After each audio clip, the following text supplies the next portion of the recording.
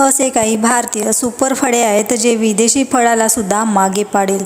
या फळाला जर आपण आहारात समावेश केले तर नक्कीच याचा फायदा आपल्या शरीरावर होईलच.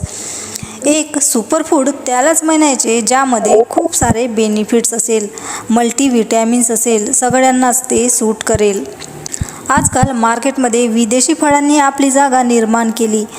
आपल्या भारतीय फूडपेक्षा इतके जास्त महागडे असूनसुद्धा लोक त्या फळाला पसंती देतात. पण त्याऐवजी आपले नेहमीचे असे काही फळ आहेत जे विदेशी फळाला सुद्धा मागे टाकेल. सगळेच फळं चांगले असतात, पण जर कोणते खास फळं असेल तर ते म्हणजे केळ. इझिली बाजारात मिळतं आणि नेहमी मिळतं.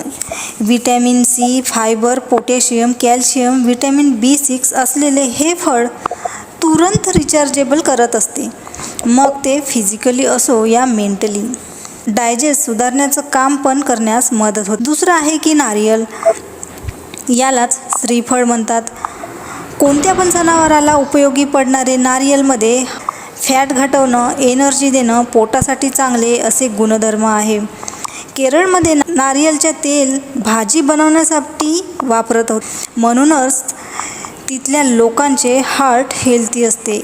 नारियल पाण्यामध्ये तर इतके चांगले गुणधर्म आहे की आपण पेशंटला नारियल पाणी देत असतो. नारियल पाण्यासोबतच त्यातली मलाई तर दुप्पट बेनिफिट देणारी आहे. ओला नारियल फक्त पूजेसाठीच न वापरता आपण एक असे पण फ्रूट म्हणून खाऊ शकतो. तिसरं आहे की आवळा. आवळा तर मेडिसिनमध्ये हजारो वर्षापासून उपयोगात पडत आहे. आवळ्यामध्ये हाय व्हिटॅमिन सी असते.